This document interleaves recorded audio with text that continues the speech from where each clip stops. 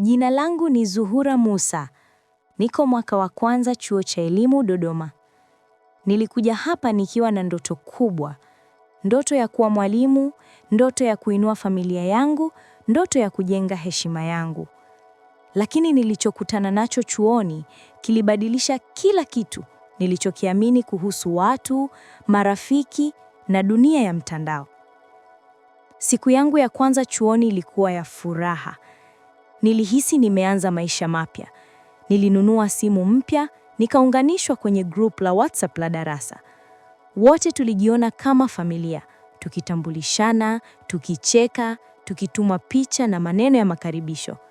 Nilijisikia kupendwa, lakini haikudumu muda mrefu. Asubuhi moja nilipoamka, nilikuta zaidi ya ujumbe 100 kwenye group. Nilipoingia, nilihisi moyo na dunda kwa nguvu. Picha yangu ilikuwa imetumwa, picha ya aibu, nusu uchi, uso wangu ukiwa wazi. Nilihisi tumbo likiniumiza, mikono ikitetemeka. Nilitaka kupumua, lakini hewa haikupatikana. Kila mtu alikuwa anaandika maneno yake. Wengine walicheka, wengine walinitukana, wengine walituma emoji za kejeli. Nilijaribu kuandika, nikasema, hii picha sio yangu. Lakini hakuna aliyenisikiliza. Badala yake, walinicheka zaidi. Admin wa group alinyamaza kimya, kana kwamba haoni kinachoendelea. Nilimfuata rafiki yangu mmoja anaitwa Rehema. Nilimwambia kwa sauti ya kulia, Rehema, naomba uniambie nani ametuma hii picha. Akanitazama kwa huzuni, akasema, Zuhura, acha kufuatilia. Hawa watu hawana moyo. Ukizidi kuuliza, utazidi kuumia. Hebu ngoja, samahani, kabla hatujaendelea na utamu huu. Kama unaifurahia simulizi hii, naomba ubonyeze alama ya like hapo chini kuipa nguvu video hii. Pia, hebu niandikie kwenye comment, unadaka simulizi hii ukiwa wapi? Mfano, natazama nikiwa Tukuyu Mbeya au nipo Iringa mjini. Dondosha komenti yako sasa hivi nami nitapita kukujibu. Kisha tuendelee na story. Nilikaa kimya siku kadhaa, lakini kimya kiliniua taratibu. Nilijaribu kumweleza mwalimu wa nidhamu, nikamwangia kila kitu. Aliniangalia tu akasema, masuala ya WhatsApp sio sehemu ya mamlaka ya chuo. Nenda kaongee na wanafunzi wenzako. Nilihisi kama amenisukuma kwenye shimo la giza. Nilirudi chumbani kwangu, nikajifungia. Niliendelea kusoma ujumbe wa watu wakicheka, wengine wakituma memes za kunidhalilisha. Kila neno lilikuwa kama kisu moyoni. Nilijaribu kujipa moyo, nikasema nitanyamaza, nitavumilia. Lakini siku iliyofuata, nilipokea ujumbe kutoka namba ambayo siijui. Ulikuwa umeandikwa hivi: ukijaribu kuongea, video itasambaa kesho. Nilishika kichwa changu. Video gani? Nilijaribu kuuliza, nikajibu, video gani unamaanisha? Akajibu haraka, subiri uone, mimi ndiye admin, usijaribu ubabe. Machozi yalianza kunitoka bila hata kujizuia. Nilijua sasa vita yangu si ya kawaida. Nilianza kuhifadhi kila picha, kila ujumbe, kila screenshot. Nilihisi kama niko peke yangu dhidi ya dunia nzima. Mchana uliofuata, nilipokea tena ujumbe mwingine kutoka kwa admin huyo huyo. Kesho nitatuma video yako, utajua nani ana nguvu kwenye mtandao. Nilihisi hofu ikipanda hadi koo. Nilijua haikuwa video halisi, lakini maneno yale yalitosha kunivunja moyo.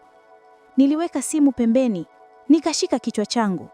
Nilijiuliza swali moja tu, kwa nini mimi? Na hapo ndipo nilijua safari yangu ndani ya kivuli cha WhatsApp group imeanza. Baada ya ule ujumbe wa admin, nilipoteza amani kabisa. Sikuweza kula, sikuweza kulala.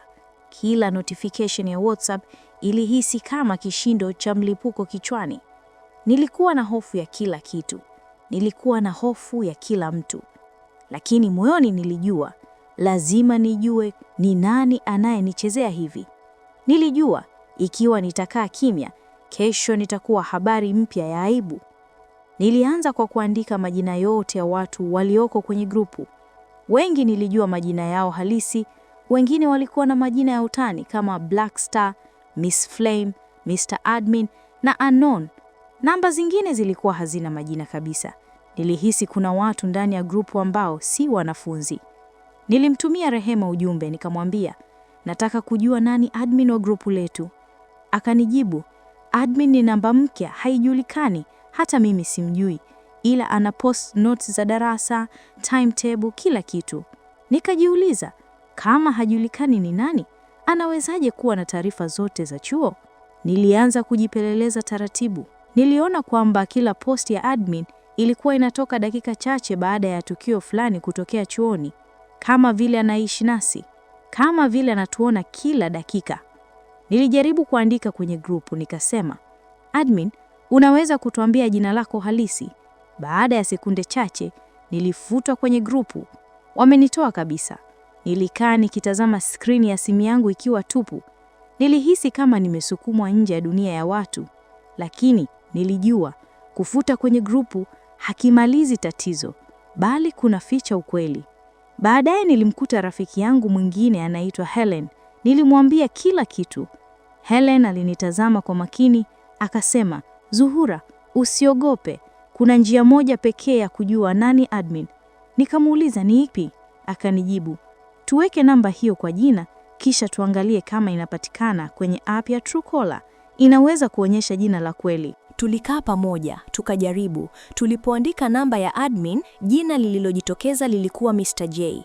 Nilihisi damu imenisimama. Tulijua jina hilo. Alikuwa mwalimu msaidizi wa IT chuoni, mtu ambaye kila mwanafunzi alimwamini. Nilishindwa kuamini macho yangu. Nilimuuliza Helen, unaumatika huu ndio yeye? Akanijibu, jina ni hilo hilo na anatumia picha ya profile ya kompyuta yake. Hii lazima iwe kweli. Siku hiyo nilikaa kimya. Nilihisi kama siri kubwa imetoboka, lakini tulijua tusipokuwa waangalifu tutakuwa hatarini. Jioni yake nilipokea ujumbe mwingine, safari hii kutoka kwa admin mwenyewe. Ninajua unachofanya, usijaribu kunichunguza. Ukifanya hivyo, nitapost video yako leo usiku. Nilihisi baridi mwilini, nikamwonyesha Helen. Alinishika mkono, akasema, tunahitaji ushahidi zaidi. Tukaanza kuhifadhi kila kitu, message, voice note na picha za group. Usiku ulipofika, simu yangu ikawaka taa bila mimi kugusa. Ulikuwa ni ujumbe mpya. Kesho nitakutengenezea video nyingine nzuri zaidi. Utaona nguvu ya admin wa kweli. Nilidondosha simu chini, machozi yakaanza kunitoka. Nilijua sasa hakuwa anatania. Kuna mtu mahali hapa chuoni anayetumia teknolojia kutengeneza uongo na mimi ndiye shabaha yake. Na hapo ndipo nilijua hii haikuwa tena hadithi ya WhatsApp group. Ilianza kuwa vita ya ukweli dhidi ya uongo. Mpenzi mtazamaji, kama ndiyo mara yako ya kwanza kukutana na channel hii, karibu sana kwenye familia yetu. Tafadhali usiondoke bila kubonyeza neno subscribe na muhimu zaidi, gusa hiyo alama ya kengele. Hii itakusaidia kuwa wa kwanza kupata taarifa au notification kila tunaposhusha mwendelezo wa simulizi hii mpya. Karibu tuwe pamoja. Baada ya ule ujumbe wa tishio, siku zangu zilianza kuwa ndefu kuliko kawaida. Kila nikitazama simu yangu, nilihisi kama kuna macho yanayonitazama. Nilianza kuishi kama kifungwa. Nilihofia hata wifi ya chuo. Nilijua admin anaweza kuwa karibu kuliko ninavyofikiria. Lakini ndani yangu nilikuwa nimeapa, sitanyamaza, sitakubali kudhalilishwa tena.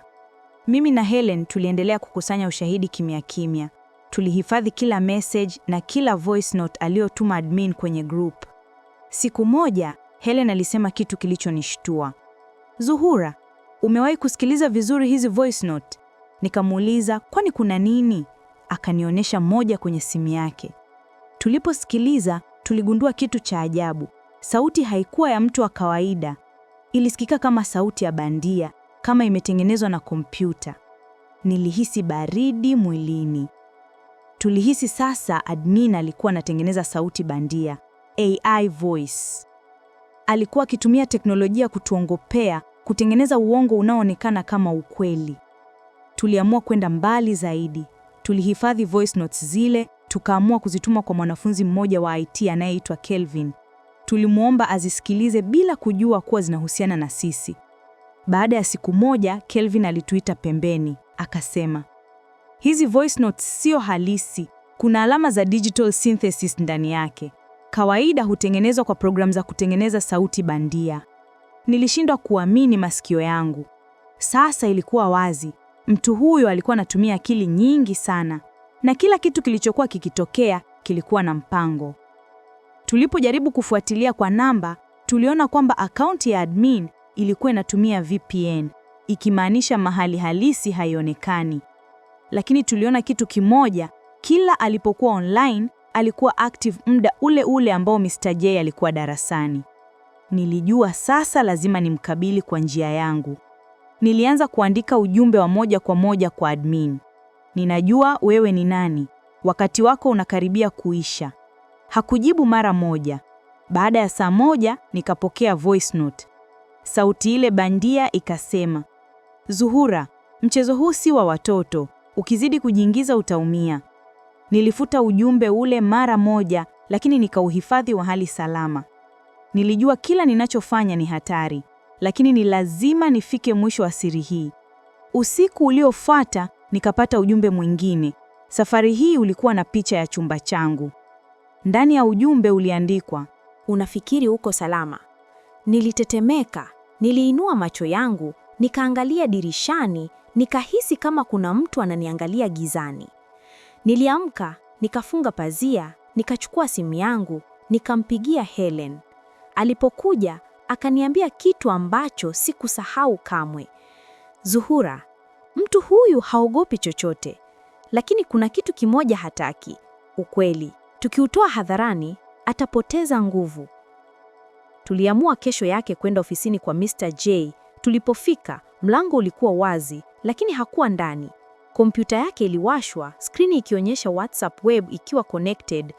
Nilijaribu kuangalia vizuri, lakini kabla sijafanya chochote, skrini ikafutika ghafla. Kisha simu yangu ikapokea ujumbe, unafikiri mimi siona? Nilijua utakuja. Umechelewa Zuhura. Nilihisi hofu ikinirudi kwa nguvu mpya. Niliamua kutoka ofisini pale haraka, lakini moyoni nilijua sasa nimegusa moto wa kweli. Nilipoingia chumbani usiku ule, group la WhatsApp lilikuwa limebadilishwa jina. Sasa liliitwa Kivuli cha Usiku. Na ujumbe wa kwanza ulisomeka, karibu tena Zuhura. Safari ndiyo inaanza. Nilijua vita hii sasa imevuka mipaka. Haikuwa tena kuhusu picha au video. Ilikuwa vita ya akili, ya uoga na ya heshima yangu. Na nilijua kama sitapambana sasa, kesho nitakuwa kivuli tu cha jina langu. Nilipofikiri mambo hayawezi kuwa mabaya zaidi, ndipo hali ilipozidi kunitisha. Baada ya group kubadilishwa jina kuwa Kivuli cha Usiku, kila kitu kilianza kubadilika. Sasa admin hakuwa ananitumia vitisho tu, alianza kutuma picha za maeneo halisi ninapopita chuoni. Nilihisi kama mtu ananifuatilia kila sehemu. Kila siku nilipoamka, nilijikagua kama kuna mtu ananipiga picha. Nilianza kuishi kama mfungwa ndani ya uhuru wangu. Nilijua mtu huyu ananifahamu zaidi ya ninavyomfahamu mimi mwenyewe. Siku moja nilipokuwa maktaba na Helen, tuliona namba ya admin ikionekana online. Tukajua sasa ni wakati wa kumfuatilia kwa undani. Helen akaniambia, Zuhura, kuna njia nyingine? Tukitumia WhatsApp web tracker, tunaweza kuona wapi anapokuwa active zaidi. Tulijaribu kutumia programu hiyo, ikaanza kutupa data za muda na muunganiko. Kila alipokuwa online, muda huo huo, kompyuta ya ofisi ya IT chuoni ilikuwa imetumika. Nilihisi damu ikinikimbia. Mr. J alikuwa kwenye orodha ya watu wanaotumia ofisi hiyo muda ule ule. Tukaanza kupanga mpango wa kumkamata kwa ushahidi. Tuliamua kumwekea mtego. Nilitengeneza account mpya ya WhatsApp. Nikajifanya mwanafunzi mwingine anayetaka kujiunga kwenye group. Nilituma ujumbe wa ombi. Habari admin, naomba unijumuishe kwenye group la darasa. Baada ya dakika 10, admin akanijibu, nani kakutuma? Nikajibu, ni rafiki yangu Rehema. Akanijibu, sawa, ila grupu limefungwa kwa muda. Subiri. Baada ya hapo, tulisubiri kimya, lakini dakika chache baadaye, Helen alipokea ujumbe wa vitisho. Mwambie Zuhura aache mchezo wake, ujasiri unamgharimu. Tulijua sasa ameanza kujua kila tunachopanga. Tulikuwa tumegusa kitu hatari. Na huu sio mwisho wa burudani. Hapa kwenye chaneli yetu tuna maktaba ya simulizi nyingine kali ambazo huenda bado hujaziona. Kuna visa vya mapenzi, ujasusi na mikasa ya kweli inayotikisa. Usiondoke Kapa. Chagua moja kati ya video zinazoonekana hapo kwenye kioo chako sasa hivi na uendelee kuburudika.